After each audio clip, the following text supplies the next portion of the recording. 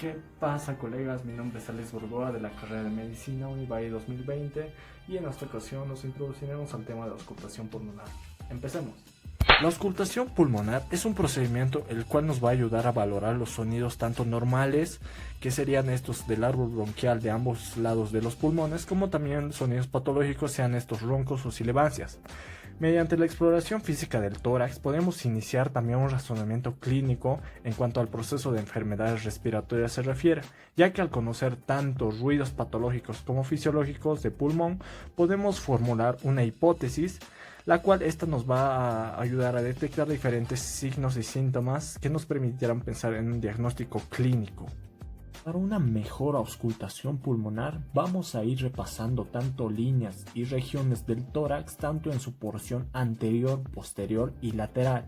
Entonces empezamos con la línea medioesternal entre la fosa yugular y el apéndice sifoides, la línea paraesternal en relación a la articulación esternoclavicular, la línea medioclavicular que delimita la mitad del hueso de la clavícula, la pared lateral del tórax, una línea posterior y anterior, la pared torácica posterior, la línea vertebral, las líneas escapulares a los laterales de esta última, la línea escápulo-espinal, la línea infraescapular y la línea duodécima dorsal o basal de Mouriquan. Y en cuanto a las regiones podemos encontrar la región supraclavicular, la región supraesternal, la región infraclavicular, la región mamaria, la región axilar, la región infraaxilar, la región supraescapular, la región escapular, la región escapulovertebral entre la tercera y séptima apófisis espinosa, la región infraescapular y para concluir la posición que debe adoptar nuestro paciente sentado en un ángulo de 90 grados. En esta ocasión realizaremos la auscultación pulmonar con la parte de la membrana de nuestro estetoscopio, mientras que nuestro paciente respira por la boca entre medio abierta y con una respiración profunda o simulando un cansancio físico.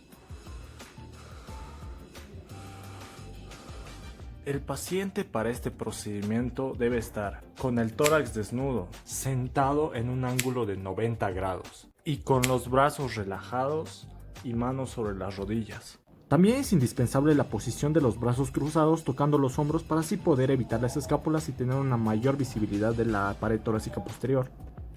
En la cara posterior del tórax comprenden 10 sitios que incluyen la cara lateral también del tórax. Entonces, la auscultación se inicia en la región del vértice del pulmón, en la región supraescapular izquierda, y a partir de este punto se sigue una secuencia descendente por la región interescapular, infraescapular y la región axilar. De esta forma vamos alternando entre los focos primero, segundo, tercero, cuarto, los laterales quinto, sexto y terminamos finalmente en el 10º foco. Es importante recalcar también que para realizar esta auscultación cardíaca debemos estar en una habitación con una temperatura confortable y aislada del ruido. La cara anterior del tórax comprende esta vez solamente 9 sitios, cuya secuencia es similar a lo descrito anteriormente. Se inicia en la región supraclavicular derecha, siguiendo las líneas paraesternales y pasando por la línea axilar anterior, hasta lo que es el 6º espacio intercostal. Y terminando obviamente en el 9º foco pulmonar. En cuanto a los tipos de ruidos pulmonares tenemos de dos tipos, los normales y los estertores. Los normales se dividen en laringotraqueales y los murmullos vesiculares. Los ruidos laringotraqueales también son llamados de Laennec, son ruidos mucho más soplantes y de tonalidad más elevada que los murmullos. Escuchemos.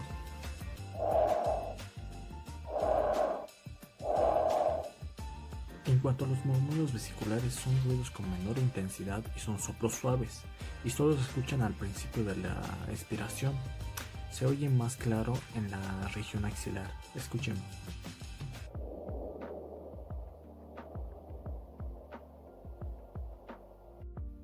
Bien, en cuanto a los sonidos anormales o estertores, tenemos varios que indican ya sean una condición patológica o una condición anormal en los pulmones. Iremos escuchando cada uno de estos ruidos.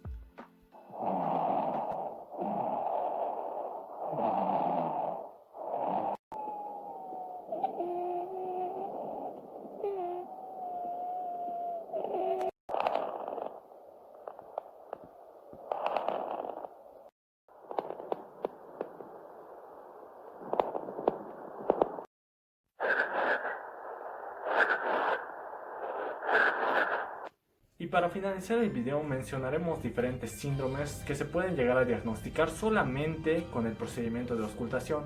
Síndromes tales como síndromes de condensación, como neumonía bacteriana o tuberculosis. Síndromes atelectásicos que son debido a una obstrucción tanto de manera extrínseca como intrínseca. Los síndromes de rarefacción característicos en pacientes con enfisema pulmonar y la forma característica de su tórax en tóner. Y después de esta amplia revisión de tórax, concluimos confirmando una vez más que el estetoscopio es un instrumento súper esencial a la hora de hacer auscultación no solo cardíaca, sino también pulmonar. Y así concluye el video, colegas. No olviden darle like, compartan y suscríbanse para más contenido. Nos vemos y chao chao.